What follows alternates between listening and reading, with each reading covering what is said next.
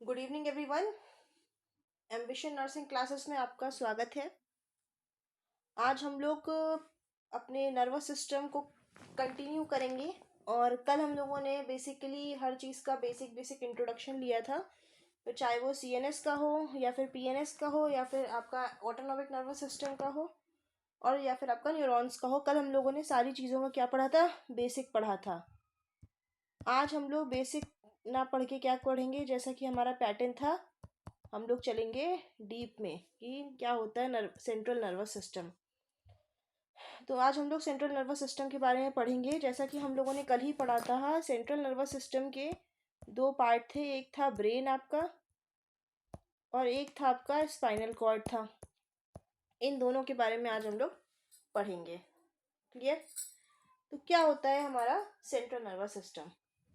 तो जो हमारे ब्रेन से लेके स्पाइनल कॉर्ड जुड़ा होता है हमारा, यानी कि सेंट्रल मतलब सेंट्रल में बीच में, वो क्या होता है, हमारा सेंट्रल नर्वस सिस्टम होता है। बेसिकली क्या होता है, इसमें कंट्रोलिंग पावर होती है, ये कंट्रोल करता है, ये ऑर्डर देता है। और जो पेरिफेरल नर्वस सिस्टम होता है वो क्या होता है, पेरिफेरल यानी कि साइड का, तो वो क्या करता है, साइड के सिस्टम को मतलब कि क्या करता है, सेंसेस को ले जाता है और जो सेंट्रल नर्वस सिस्टम कमांड देता है उसको पेरिफेरल नर्वस सिस्टम फॉलो करता है। क्लियर? अब हम लोग बात कर लेते हैं कि बेसिक एनाटॉमी क्या है सेंट्रल नर्वस सिस्टम की। ये हमारा ब्रेन है। ब्रेन में कई लोब होते हैं। कौन कौन से होते हैं? एक ये जो आगे की तरफ होता है वो क्या होता है, हमारा फ्रंटल लोब होता है। फ्रंट यानी कि आगे, और ये आपका येलो कलर से जो लाइन है वो क्या है, फ्रंटल लोब है। फिर आपका जो आता है वो क्या आता है, ये आपकी सेरिब्रम है। क्योंकि सेरिब्रम जो तीन पार्ट थे मेन के, वो फोर ब्रेन था, मिड ब्रेन था और हिंड ब्रेन था। तो जो फोर ब्रेन है उसमें क्या था, सेरिब्रम पढ़ा था हम लोगों ने, जो कि सबसे बड़ा पार्ट था। मिड ब्रेन में क्या पढ़ा था हम लोगों ने, ब्रेन स्टेम पढ़ा था। और क्या पढ़ा था, पॉन्स पढ़ा था। और इसमें हम लोगों ने क्या पढ़ा था, सेरिबेलम पढ़ा था। तो हम लोग धीरे धीरे करके आज सारी चीज़ों को कवर अप करेंगे। तो बात कर लेते हैं, पहले सेरिबेलम की बात करते हैं कि सेरिबेलम क्या, सेरिब्रम की बात करते हैं। सबसे पहले हम लोग किसकी बात करेंगे, सेरिब्रम की। तो सेरिब्रम में पहले तो हम लोग इसकी स्ट्रक्चर देख लेते हैं कि क्या होता है, इसका ब्रेन एनाटॉमी क्या है। तो ये जो आपका पार्ट है वो क्या है, फ्रंटल लोब है। उसके पीछे जो आपका होता है ऊपर का एरिया, उसे क्या कहते हैं, पैराइटल बोन कहते हैं। फिर सबसे पीछे जो एरिया होता है उसे क्या कहते हैं, ऑक्सीपिटल लोब कहते हैं। और जो आपका नीचे हिस्सा होता है उसमें क्या होता है, टेम्पोरल बोन होता है कानों के पास, और उसी से कनेक्ट होती है क्या, आपकी स्पाइनल कॉर्ड। तो यही आपका क्या है, तो यहाँ पे ये आपके कुछ लोब्स हो गए। इन्हीं को जब इनसे मिलता है तो वो क्या होता है, सूचर हो जाते हैं। जब फ्रंटल से फ्रंटल बोन मिलती है तो क्या होता है, फ्रंटल सूचर होता है। फ्रंटल से पैराइटल मिलता है तो क्या होता है, वो पैराइटल सूचर होता है। और जब पैराइटल से पैराइटल मिलता है तो क्या होता है, सजाइटल सूचर होता है। तो इसी तरह से क्या होते हैं, आपके सूचर्स भी डिपेंड होते हैं किसके आधार पे, नाम के आधार पे। अब आ जाते हैं सेरिब्रम पे, क्या होता है, व्हाट इज सेरिब्रम। तो कल ही हम लोगों ने पढ़ा था थोड़ा बहुत सेरिब्रम के बारे में, कल हम लोगों ने पढ़ लिया था। जैसा ये क्या होता है, ये लार्जेस्ट पार्ट होता है ब्रेन का। ये क्या होता है, ब्रेन का लार्जेस्ट पार्ट होता है। और ये ऑक्यूपाई करता है किसको किसको, एंटीरियर और मिडल क्रेनियल फोसा को ये क्या करता है, ऑक्यूपाई करता है। And cerebrum is made up of two cerebral hemisphere and their cortices. तो सेरेब्रम किससे मिलके बना होता है, दो सेरिब्रल हेमिस्फीयर से मिलके बना होता है। यानी कि ये आपका सेरेब्रम है तो ये दो हेमिस्फीयर से मिलके बना होता है, एक तो लेफ्ट हेमिस्फीयर और एक होता है राइट हेमिस्फीयर। जो लेफ्ट पार्ट होता है वो क्या होता है, राइट पार्ट की बॉडी को कंट्रोल करता है, और जो राइट पार्ट होता है वो क्या होता है, लेफ्ट पार्ट की बॉडी को कंट्रोल करता है। और जैसा कि कल आपको बताया गया था कि ये जो एक ऐसा ऑर्गन है जिसका जो आउटर मतलब पार्ट है, आउटर जो लेयर है वो किससे बनी होती है, ग्रे मैटर से मिलके बनी होती है। और जो इनर लेयर है, अंदर की लेयर है, वो क्या होती है, वाइट मैटर से मिलके बनी होती है। ये आप लोग को कल ही मैंने बता दिया था। अब इसके बाद बात कर लेते हैं आगे की। The cerebral cortex is outer covering of the grey matter over hemisphere. और जो आपका जो ग्रे मैटर की जो आउटर कवरिंग है उसे क्या बोलते हैं, सेरेब्रल कॉर्टेक्स बोला जाता है। तो नेक्स्ट बात करते हैं हम लोग, ये आपका क्या है, हेमिस्फेयर है। तो ये आपका क्या है, राइट हेमिस्फेयर है और ये आपका लेफ्ट हेमिस्फेयर है। अब ये आपका क्या करता है, लेफ्ट पार्ट के बॉडी को कंट्रोल करेगा, और ये क्या करेगा, राइट पार्ट के बॉडी को कंट्रोल करेगा। क्लियर? तो इनका जो कंट्रोलिंग है वो क्या है, अपोजिट उसमें चलता है। यानी कि अगर मान लीजिए आपके लेफ्ट हैंड में कोई प्रॉब्लम आएगी तो इसका मतलब क्या, आपका राइट हेमिस्फीयर वर्क नहीं करा इजीली से, या फिर आपके राइट लेग में प्रॉब्लम आएगी तो फिर क्या होगा, आपका लेफ्ट हेमिस्फीयर ठीक से नहीं काम कर रहा है। तो ये आपका क्या हो गया, हेमिस्फीयर के बारे में कुछ बातें हो गई।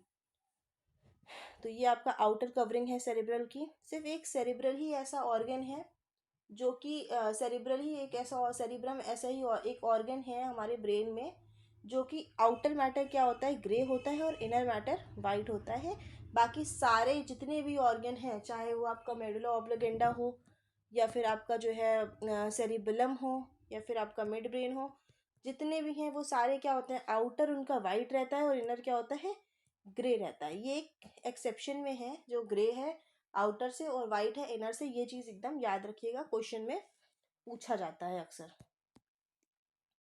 तो अब बात कर लेते हैं जो सेंट्रल नर्वस सिस्टम होता क्या है एक्चुअल में। Central nervous system is made up of brain and spinal cord. तो सेंट्रल नर्वस सिस्टम ब्रेन और स्पाइनल कॉर्ड से मिलकर बनी होती है। ये हम लोगों ने पहले ही बता दिया था। ये आपका क्या है, ब्रेन है, और ये आपका स्पाइनल कॉर्ड है। उसकी जो कवरिंग होती है वो किससे मिलके बनी होती है, माइलिन शीथ से मिलके बनी होती है। ठीक है, ये क्या करता है, इसको प्रोटेक्शन प्रोवाइड करता है, और इसमें क्या करता है, कंडक्शन प्रोवाइड करता है, माइलिन शीथ।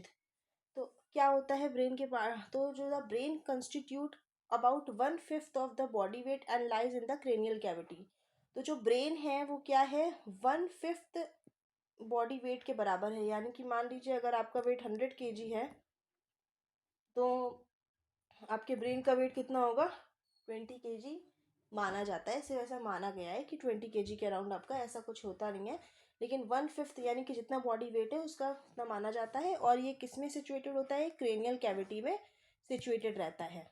ये आपकी क्रेनियल कैविटी में सिचुएटेड रहता है। अब इसके पार्ट क्या क्या हैं ब्रेन के, तो ब्रेन के पार्ट होता है, एक तो सेरिब्रम होता है, दूसरा होता है ब्रेन स्टेम, जिसमें क्या क्या आता है, मिड ब्रेन होता है, पॉन्स होता है, मेडुला ऑब्लिगेंडा होता है, और आपका सेरिबेलम होता है। क्लियर? अब हम लोग बात कर लेते हैं जो एवरेज वेट होता है ब्रेन का, मेल में वो क्या होता है, थोड़ा ज़्यादा होता है। यानी कि 1.3 किलो का होता है, और फीमेल में क्या होता है, 1.198 किलो का होता है। जब ब्रेन की क्या होती है, इंक्रीज होती है, जब इंक्रीज एज होती है तो वेन का जो वेट होता है वो क्या होता है, डिक्रीज होता रहता है। 2.7 ग्राम होता है मेल में डिक्रीज, और 2.2 ग्राम जो होता है वो क्या होता है, फीमेल में डिक्रीज होता है पर ईयर के हिसाब से। अब आगे बात कर लेते हैं हम लोग सेरेब्रम की। तो जैसा कि सेरेब्रम की हम लोगों ने बात करी कि जो आपका दोनों हेमिस्फेयर हैं वो क्या होते हैं, लोब्स में डिवाइड होते हैं, जो कि कौन कौन से होते हैं, फ्रंटल होता है, पेराइटल होता है, टेम्पोरल होता है, और ऑक्सीपिटल होता है। क्लियर? अब आप बात करते हैं आगे की। जो बाउंड्रीज होती हैं वो किससे किससे मिलके बनी होती है, तो गायरी से मिलके बनी होती है। यानी कि जो उभरा हुआ पार्ट होता है वो क्या होता है, गायरी होता है, और जो इसका डिप्रेस पार्ट होता है उसको क्या बोलते हैं, सलकाई बोलते हैं, यानी कि फिशर। क्लियर? तो अब आगे बात करते हैं हम लोग नेक्स्ट। तो जो सेरिब्रम होता है इसमें कौन कौन सी लोब होती हैं, फ्रंटल होती है, पेराइटल होती है, ऑक्सीपिटल होती है, और टेम्पोरल होती है। जो फ्रंटल लोब होती है वो किसके किसके लिए रिस्पॉन्सिबल होती है, रीजनिंग के लिए रिस्पॉन्सिबल होती है, प्लानिंग के लिए रिस्पॉन्सिबल होती है, पार्ट ऑफ स्पीच के लिए रिस्पॉन्सिबल होती है, मूवमेंट, इमोशंस और प्रॉब्लम सॉल्विंग में रिस्पॉन्सिबल होती है। यानी कि अगर फ्रंटल लोब में आपकी दिक्कत आएगी तो क्या होगा, आपको रीजनिंग में, प्लानिंग करने में थोड़ी सी प्रॉब्लम होगी। और क्या क्या होगा, स्पीच में प्रॉब्लम हो सकती है। ये क्वेश्चन कई बार पूछा जाता है कि अगर आपके स्पीच में, मतलब स्पीच प्रोडक्शन में कोई प्रॉब्लम है तो आपकी कौन सी लोब में डिफेक्ट आ सकता है, तो किस में आएगा, आपका फ्रंटल लोब में डिफेक्ट आएगा। नेक्स्ट बात कर लेते हैं हम लोग पेराइटल लोब की। तो पेराइटल लोब किसके लिए रिस्पॉन्सिबल होता है, मूवमेंट के लिए रिस्पॉन्सिबल होता है, ओरिएंटेशन के लिए, रिकॉग्निशन के लिए, और परसेप्शन ऑफ स्टिमुलाई के लिए रिस्पॉन्सिबल होता है।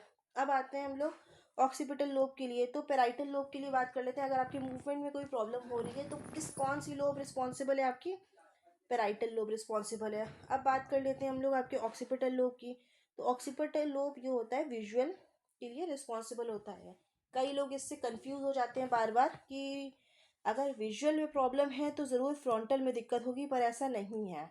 क्योंकि आंखें आगे की तरफ है तो फ्रंटल में होगा, पर ऐसा नहीं है। विजुअल में प्रॉब्लम है तो ज़रूर किस में रिस्पॉन्स दिक्कत है, ऑक्सीपुटल में दिक्कत है, ऑक्सीपुटल लोब में दिक्कत होती है। कई बार बार बार फ्रीक्वेंटली ये क्वेश्चन ज़रूर आता है और ये इम्पॉर्टेंट है कि अगर आपके विजुअल में प्रॉब्लम है, विजन में प्रॉब्लम है, विजुअल प्रोसेस किस पे रिस्पॉन्सिबल होता है, तो वो कौन सी लोब में रिस्पॉन्सिबल होता है, आपका ऑक्सीपुटल लोब में रिस्पॉन्सिबल होता है। नेक्स्ट बात कर लेते हैं टेम्पोरल लोब की। तो टेम्पोरल लोब तो एक तो पहली बात तो आपका सुनने में रिस्पॉन्सिबल करेगा, और किस में करेगा, मेमोरी में भी करेगा और स्पीच में भी करेगा। तो सुनने की बात आती है तो टेम्पोरल नाम से ही पता चलता है, टेम्पोरल किसके लिए होगा, ऑडिटरी सेंस के लिए होता है। नेक्स्ट बात कर लेते हैं हम लोग ब्रेन स्टेम की। तो वो हमारा सेरेब्रम पूरा हो गया। अब हम लोग बात कर लेते हैं ब्रेन स्टेम की। What is brain stem? तो ब्रेन स्टेम क्या होता है हमारा, जो ब्रेन स्टेम में तीन चीज़ें आती हैं और ये मिड ब्रेन का हिस्सा है। ठीक है, ये किसका हिस्सा है, मिड ब्रेन का हिस्सा है। तो बात करते हैं इसमें क्या क्या चीज़ें आती हैं। एक आपका आता है मिड ब्रेन आता है, और आपका आता है पॉन्स आता है, और एक क्या आता है, मेडुला ऑब्लागेंडा आता है। ये तीन चीज़ें आती हैं। तो इसमें से आपका मेडुला ऑब्लागेंडा बहुत ही इम्पोर्टेंट है। तो brain stem is like a part of base of the, हम लोग तीनों को डीप में पढ़ेंगे। The brain stem is like a stem part of the brain, base of the brain is that is connected to spinal cord. तो ये क्या होता है, ये आपका जो ब्रेन स्टेम है ये क्या होता है, ये डायरेक्टली कहाँ कनेक्ट होता है, स्पाइनल कॉर्ड से जाके कनेक्ट हो जाता है। तो the structure is responsible for basic vital life, यानी कि breathing, heart beat and blood pressure. तो ये जो स्ट्रक्चर है वो आपका वाइटल ऑर्गन है, यानी कि आपके किस किस चीज़ को कंट्रोल करता है, ये हार्ट रेट को कंट्रोल करता है, बीपी को कंट्रोल करता है, और किसको कंट्रोल करता है, ब्रीदिंग को कंट्रोल करता है। और ये सारी चीज़ें कौन करता है, जैसा कि बताया अभी हमने, मेडुला ऑब्लागेंडा आपका क्या है, बहुत ही इम्पॉर्टेंट ऑर्गन है। सारी कंट्रोलिंग क्या होती है, इसी में होती है। क्लियर? तो जो मेडुला ऑब्लागेंडा है वो डायरेक्टली कंट्रोल किसको किसको करता है, ब्रीथिंग को करता है, ब्लड फ्लो को करता है, और एसेंशियल फंक्शंस को करता है। अब बात कर लेते हैं हम लोग सेरिबेलम की। बाकी जो ऑर्गन्स हैं आपके उनको हम लोग डीप में पढ़ेंगे, लेकिन अभी ये जो है ज़रूरी था आपका सेंट्रल नर्वस सिस्टम के बारे में जानना, इसलिए आपको बता दे रहे हैं। मेडुला ऑब्लागेंडा एक बहुत ही इंपॉर्टेंट ऑर्गन है, और ये आपका जो है अगर पूछेगा कि कौन कंट्रोल करता है हमारे हार्ट रेट को, कौन कंट्रोल करता है हमारी ब्रीदिंग को, तो मेडुला ऑब्लागेंडा में अगर कोई डिफेक्ट आता है तो क्या होता है, ये बहुत ही इमरजेंसी कंडीशन हो जाती है और इसमें पेशेंट की डेथ भी हो जाती है। तो अब बात करते हैं हम लोग सेरिबेलम की। तो सेरिबेलम क्या होता है, सेरिबेलम जो होता है वो हमारा क्या होता है, रिस्पॉन्सिबल होता है बैलेंस के लिए। बैलेंस के लिए कौन सा ऑर्गन रिस्पॉन्सिबल होता है, सेरिबेलम। तो सेरिबेलम जो होता है वो किसके पीछे होता है, पॉन्स के पीछे होता है, और ये फोर ब्रेन का ये हिंड ब्रेन का हिस्सा होता है। ठीक है, और ये पोस्टीरियर पोर्शन के नीचे ही होता है, और ये किस शेप का होता है, ओवॉइड शेप का होता है, और इसके दो हेमिस्फीयर होते हैं। कौन कौन से होते हैं, लेफ्ट और राइट होता है। और इसमें जो नैरो मीडियम स्ट्रिप होती है उसको क्या बोलते हैं, वर्निस बोलते हैं। ये आपका क्या है, वर्मिस। क्लियर? अब आगे बात करते हैं। तो जो आपका सेरिबेलम है उसका क्या फंक्शन होता है, तो फंक्शन होते हैं सेरिबेलम के, वो कौन कौन से होता है, एक तो कोऑर्डिनेशन का फंक्शन होता है, और पॉस्चर मेंटेनिंग का फंक्शन होता है, किसका, सेरिबेलम का। तो ये क्या क्या क्या करता है आपका, एक तो ये बैलेंस को कंट्रोल करता है, और दूसरा आपके किसको कंट्रोल करता है, पॉस्चर को बनाता है, और ये इक्विलिब्रियम के लिए रिस्पॉन्सिबल होता है। और इसमें कौन कौन सी होती है, कुछ कॉग्निटिव फंक्शन भी इसके लिए रिस्पॉन्सिबल होते हैं, जैसे लैंग्वेज वगैरह हो गया आपका। और सेरेब्रम जो होता है वो क्या करता है, मेजर रोल प्ले करता है किसके किसके में, फाइन टर्निंग मोटर प्रोग्राम के अंदर।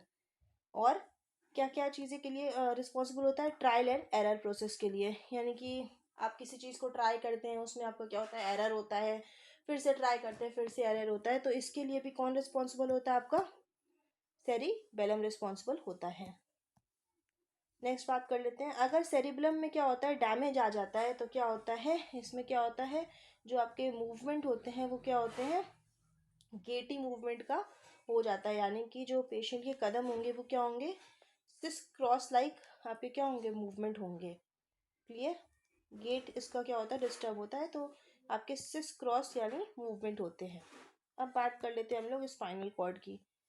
तो स्पाइनल कॉर्ड क्या होती है आपकी, जो आपका ब्रेन से कनेक्ट होता है नीचे, जैसा कि अभी हम लोगों ने पढ़ा था कि आपका जो ब्रेन स्टेम से कनेक्ट होता है वो आपका क्या होता है, स्पाइनल कॉर्ड होता है। अब स्पाइनल कॉर्ड क्या होता है, कंटिन्यूअस होता है किसके साथ, मेडुला ऑब्लिगेंडा के साथ क्या होता है, कंटिन्यू होता है। ये लॉन्ग थिन बंडल का होता है। ठीक है, long thin bundle of nervous tissue इसमें होते हैं।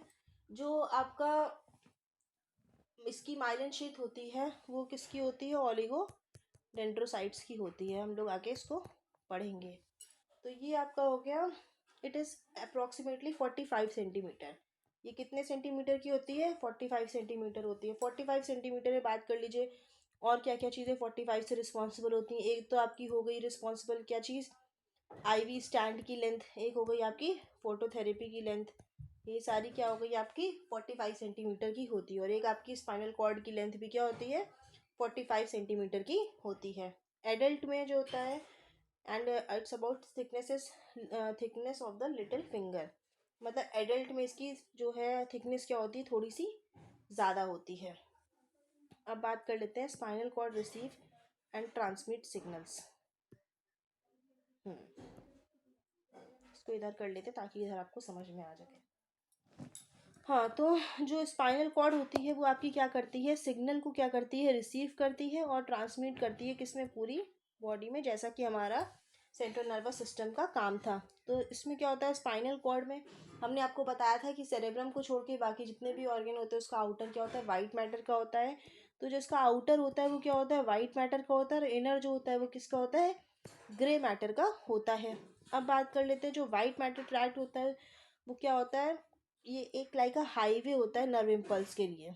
और सेंसरी इनपुट क्या होती है इसमें ट्रेवल करती हैं, यानी कि एफरेंट, यानी कि आपकी सेंसरी इनपुट आई स्पाइनल कॉर्ड में, ट्रेवल करके आई, फिर क्या हुआ एफरेंट न्यूरॉन्स के थ्रू, और मोटर आउटपुट जो है ट्रेवल करता है किसके थ्रू, ब्रेन के थ्रू और स्केलेटल मसल्स के थ्रू। उसके बाद फिर क्या करता है, वो ऑर्डर दे के कहा जाता है उसको, एफरेंट न्यूरॉन्स के थ्रू उसको पूरा करता है। और जो आपका ग्रे मैटर है वो क्या करता है, ग्रे मैटर स्पाइनल कॉर्ड से रिसीव करता है सिग्नल्स और इसको क्या करता है, इनकमिंग आउटगोइंग इंफॉर्मेशन के थ्रू ले जाता है। ये देखिए आपका, ये आपका क्या है, इसका इमेज है, इमेज के थ्रू आपको इसको क्लियर कर देंगे। ये आपका जो है,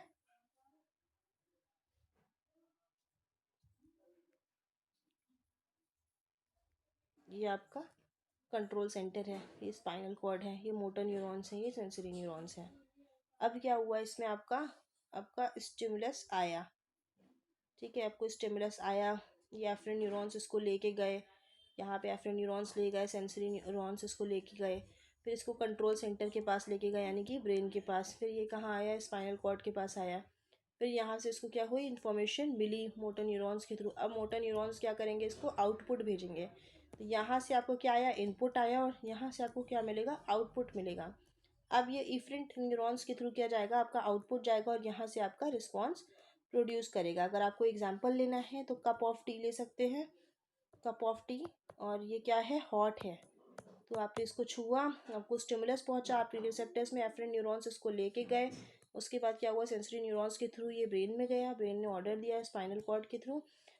उसके बाद यहाँ पे इन्फॉर्मेशन एक्सचेंज हुई, फिर मोटर न्यूरॉन्स क्या करे, इसकी इन्फॉर्मेशन को जाके लेके गए और यहाँ पे क्या किया, रिस्पॉन्स दिया कि अपना हाथ इससे हटा लो। तो ये आपका क्या हो गया, पूरा प्रोसेस हो गया।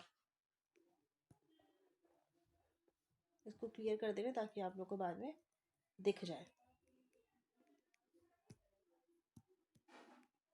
अब ये नर्वस सिस्टम का आपका जो है एक फ्लो चार्ट है जो कि हम लोग कल पढ़ चुके थे, लेकिन इसको अगर शॉर्ट में पढ़ना चाहें तो एक बार फिर से पढ़ सकते हैं। जो नर्वस सिस्टम है आपका दो पार्ट होते हैं इसके, एक तो सेंट्रल नर्वस सिस्टम होता है, एक पेरिफेरल नर्वस सिस्टम होता है। सेंट्रल नर्वस सिस्टम में क्या होती है, सेंसरी इन्फॉर्मेशन होती है और विजुअल इन्फॉर्मेशन भी होती हैं। और आपका जो पेरिफेरल नर्वस सिस्टम होता है इसमें सेंसरी न्यूरॉन्स होते हैं और एफरेंट न्यूरॉन्स होते हैं। तो आपका जो सेंट्रल नर्वस सिस्टम है उसमें क्या होता है, सेंसरी और विसरल आता है। ठीक है, अब इसमें क्या होता है, विसरल में क्या होता है, फुलनेस स्टमक और ब्लड प्रेशर और ब्लड पीएच वगैरह देखा जाता है। और सेंसरी में स्किन को देखा जाता है। अब इसमें क्या होता है, स्पेशल सेंसेस भी होते हैं, जैसे कि आपके 5 सेंस हो गए। कौन कौन से, विजन हो गया, हियरिंग हो गया, टेस्ट हो गया, स्मेल हो गया, बैलेंस हो गया। अब मोटर न्यूरॉन्स पे क्या होता है, मोटर न्यूरॉन्स होते हैं और उसके स्केलेटल मसल्स पे जाते हैं। फिर आता है ऑटोनॉमिक नर्व्स आते हैं, ऑटोनॉमिक नर्वस सिस्टम, जो कि हम लोगों ने कल अच्छे से पढ़ लिया था। तो इसमें क्या होता है, सिंपैथेटिक नर्व होती है, पैरासिम्पैथेटिक नर्व होती है। सिंपैथेटिक नर्व क्या होता है, बढ़ाता है चीज़ों को, एक्सेप्ट कौन सी चीज़ होती है, डाइजेस्टिव सिस्टम को और सलाइवा को। कम करता है, बाकी सबको बढ़ाता है। और पेरिफेरल नर्वस और सिंपैथेटिक नर्वस सिस्टम किसकी तरह एक्ट करता है, फ्लाइट और फाइट की तरह एक्ट करता है। और जो आपका peripheral nervous parasympathetic nervous system है, वो आपका किसकी तरह एक्ट करता है, रेस्ट एंड डाइजेस्ट की तरह एक्ट करता है। तो ये आपका था पूरा। अब बात कर लेते हैं हम लोग किसकी, आगे की चीज़ों की, न्यूरॉन्स वगैरह की बात कर लेते हैं। कल हमने न्यूरॉन का स्ट्रक्चर पढ़ लिया था कि स्ट्रक्चर क्या होता है न्यूरॉन का। आज हम लोग न्यूरॉन्स के नोट्स को भी देखेंगे कि न्यूरॉन्स होते क्या हैं। जो नर्वस सिस्टम होता है वो आपका क्या होता है, वॉलेंट्री और इनवॉलेंट्री एक्शन को कंट्रोल करता है। तो जो आपका वॉलेंट्री एक्शन है वो तो आपका कौन करता है, सेंट्रल नर्वस सिस्टम करता है। और जो इनवॉलेंट्री होता है वो ऑटोनॉमिक नर्वस सिस्टम करता है। क्लियर। तो ये आपका क्या कर रहा है, वॉलेंट्री करेगा, और ये आपका क्या करेगा, इनवॉलेंट्री करेगा। जहाँ पे जैसे कि यहाँ पे लिखा हुआ है, control voluntary and involuntary actions of the अब बॉडी। अब इसके बाद बात कर लेते हैं और क्या क्या चीज़ें। ज़रूरी नहीं कि सेंट्रल नर्वस सिस्टम सारे ही वॉलेंट्री करता हो, कुछ इनवॉलेंट्री भी करता है। जो नर्वस सिस्टम है वो किसके लिए comprised of number of cells, यानी कि बिलियंस ऑफ क्या होते हैं, इसमें न्यूरॉन्स होते हैं और ग्लियल सेल्स होती है, जिसको क्या बोला जाता है, सपोर्टिंग सेल्स होती हैं। न्यूरॉन्स का कभी भी कैंसर नहीं होता है, हमेशा कैंसर होता है तो किसका होता है, ग्लियल सेल्स का कैंसर पॉसिबल है, पर न्यूरॉन्स का कैंसर पॉसिबल नहीं है। तो अब बात करते हैं, नर्वस सिस्टम जो है वो दो पार्ट में डिवाइड किया गया है, एक सेंट्रल नर्वस सिस्टम और एक पेरिफेरल नर्वस सिस्टम, जो कि हम लोग पहले पढ़ चुके हैं। आगे की बात कर लेते हैं। ये आपका न्यूरॉन का स्ट्रक्चर है। तो न्यूरॉन का स्ट्रक्चर हमने कल देख लिया था। ये आपके क्या है, डेंड्राइट्स, यहाँ से इंफॉर्मेशन रिसीव होती है। ये आपकी सेल बॉडी है, ये आपका क्या है, न्यूक्लियस है। यहाँ पे एक्सॉन है, इसके बाद ये माइलिन शीथ है जो कि कवरिंग होती है न्यूरॉन की। ये क्या करता है, इंफॉर्मेशन को ले जाता है। यहाँ बीच में आके आपके होते हैं, क्या होते हैं, नोड ऑफ रणवीर। यहाँ पे बीच में क्या होते हैं, नोड ऑफ रणवीर को, जो कि क्या करते हैं, कंडक्शन को क्या करते हैं, बहुत ही फास्ट करते हैं। और फिर यहाँ पे आपके एक्सॉन टर्मिनल्स होते हैं और यहाँ पे फिर क्या होता है, सिनेप्स होता है। क्लियर। अब इसके बाद बात कर लेते हैं आगे की, न्यूरॉन स्ट्रक्चर की। जो सेल बॉडी या फिर सोमा होता है, क्या होता है। तो जो सेल बॉडी या फिर सोमा होता है वो क्या होता है, cell body play a major role synthesises protein, यानी कि इसका क्या काम होता है, प्रोटीन सिंथेसिस का काम होता है। और फिर क्या होता है, the group of cell bodies are called nuclei. और जब बहुत सारी ग्रुप बॉडी मिलती है सेल की, उसको क्या बोलते हैं, न्यूक्लियाई बोलते हैं। और जो सेंट्रल नर्वस सिस्टम गैंग्लिया है वो किसका है, पेरिफेरल नर्वस सिस्टम का पार्ट है। तो जो एक्सॉन और डेंड्राइट्स होते हैं वो क्या करते हैं, आपके इंफॉर्मेशन को कैरी करते हैं। Dendrites bring the information to the cell and the brain, and axon take information away from the brain. तो जो आपके जो डेंड्राइट्स होते हैं वो क्या करते हैं, इंफॉर्मेशन को कैरी करते हैं कहाँ तक, सीएनएस तक। और जो आपके एक्सॉन्स होते हैं वो क्या करते हैं, सीएनएस से कहाँ ले जाते हैं, बाहर को ले जाते हैं, away from the cell body.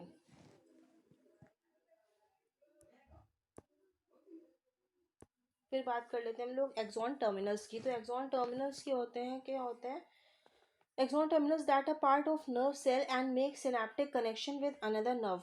अब ये क्या होते हैं, जो एक्सॉन टर्मिनल्स होते हैं आपके, जो आपके एक्सॉन टर्मिनल्स होते हैं, ये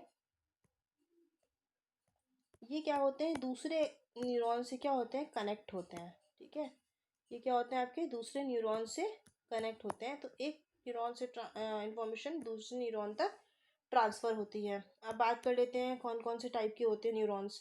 तो न्यूरॉन्स जो होते हैं आपके, मल्टीपोलर न्यूरॉन भी होते हैं, बाइपोलर न्यूरॉन भी होते हैं और यूनिपोलर भी होते हैं।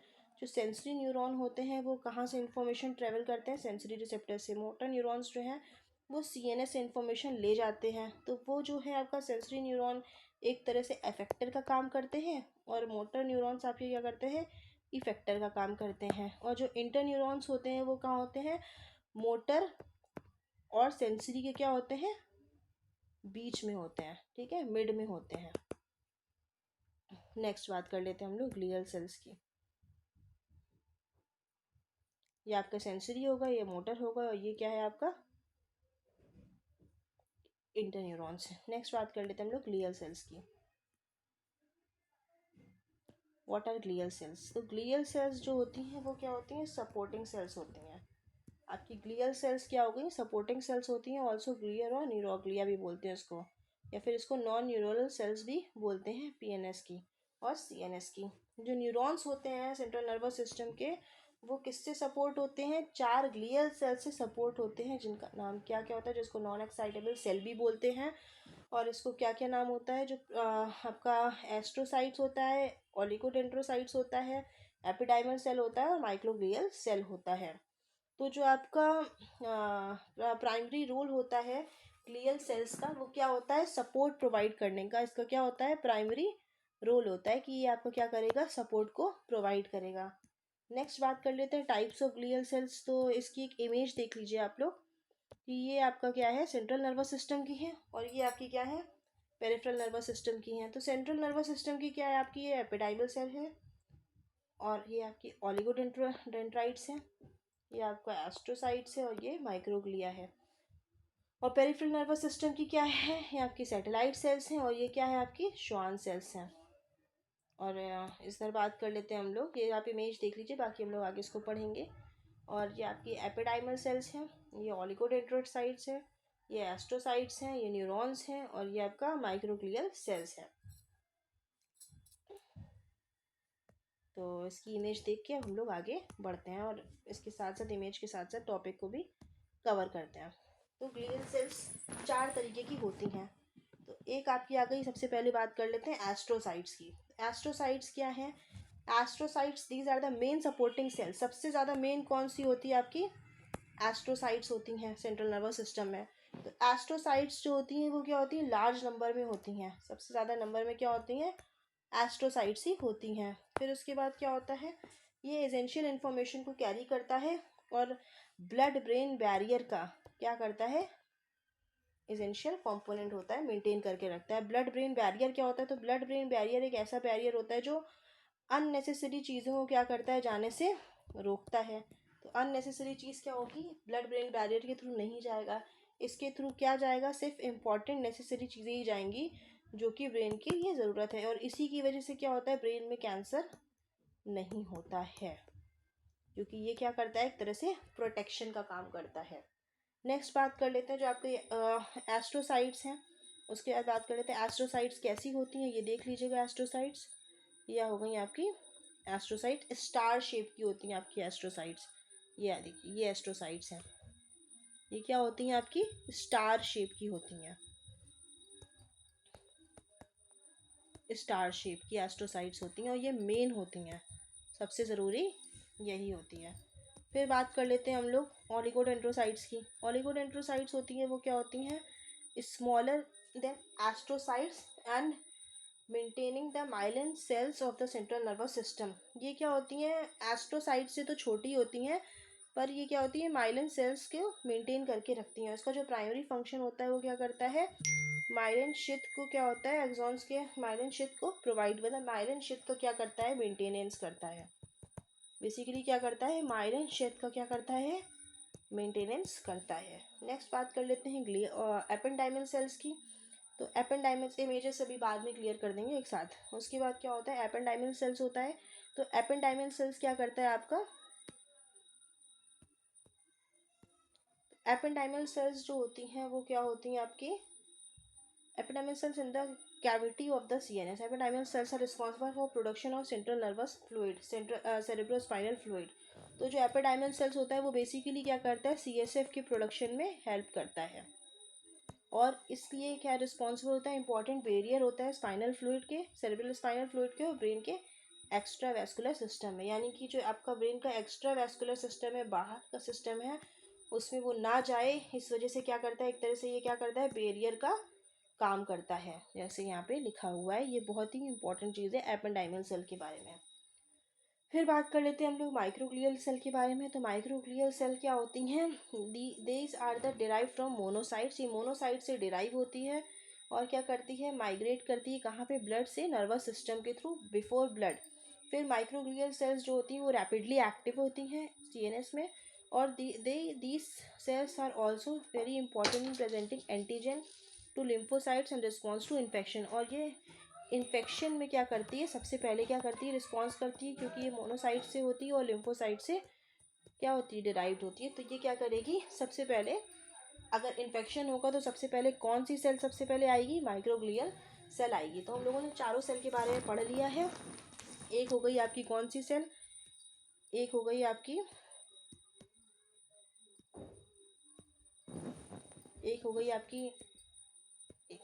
एस्ट्रोसाइट्स हो गई जो कि स्टार शेप की होती है। एक हो गई आपकी ओलिगोडेंड्रोसाइट्स हो गई जो कि आपके माइलिन शेप की बनाती है। एक हो गई आपकी एपिडाइमल। इसका खास फीचर क्या है? ये बैरियर का काम करता है। और एक आपकी हो गई माइक्रोग्लियल। ये क्या करता है? इन्फेक्शन में सबसे पहले आके दिखाता है और ये रैपिडली एक्टिवेटेड होता है। अब इनकी इमेजेस को देख लेते हैं हम लोग। यहाँ पे इनकी इमेजेस थी। ये आपकी स्टार शेप की हो गई। कौन सी? स्टार शेप की हो गई आपकी एस्ट्रोसाइट्स, स्टार शेप। फिर बात कर लेते हैं एपिडाइमल सेल्स, नहीं ओलिगोडेंड्रोसाइट्स की। ओलिगोडेंड्रोसाइट माइलिन शीथ के मेंटेनेंस में काम करता है, और आपका जो एपिडाइमल सेल्स है वो क्या होता है? बैरियर की तरह काम करेगा। और आपका जो माइक्रोग्लिया है वो किस में काम करेगा? इन्फेक्शन की तरह काम करेगा। ये आपके एपिडाइमल टिश्यू जैसे होते हैं वैसे एपिडाइमल सेल्स है। ये इसकी तरह शेप है इसका। ये आप चीज़ें ध्यान से देख लीजिएगा। यहाँ पे भी देख सकते हैं आप लोग इसको। ये आपका हो गया एस्ट्रोसाइट्स, ये हो गया आपका न्यूरॉन्स, ये हो गया आपका एपिडाइमल सेल्स, ये ओलिगोडेंड्रोसाइट्स हो गई आपकी ये, और ये आपको माइक्रोग्लियल सेल्स हो गई। तो अब नेक्स्ट बात कर लेते हैं हम लोग। वैसे आज के लिए इतना कंटेंट काफ़ी है। तो this is all about today's class. Please channel को लाइक करिएगा, सब्सक्राइब करिएगा, शेयर करिएगा और कमेंट ज़रूर करिएगा कि क्लास कैसी लगी। अगर कोई डाउट होता है या फिर आपको लगता है कि ऐसे नहीं इस पैटर्न में पढ़ाते हैं तो आप लोग प्लीज़ उसे शेयर करिएगा। अपना अपना सजेशन देने का आप सबको बिल्कुल बिल्कुल राइट है। तो प्लीज़ आप लोग कमेंट पे करके ज़रूर बताइएगा कि कैसी क्लास लगी, और क्लास को ज़्यादा से ज़्यादा शेयर करिएगा। आप सबका बहुत बहुत धन्यवाद। एम्बिशन नर्सिंग क्लासेस के साथ साथ बने रहिए।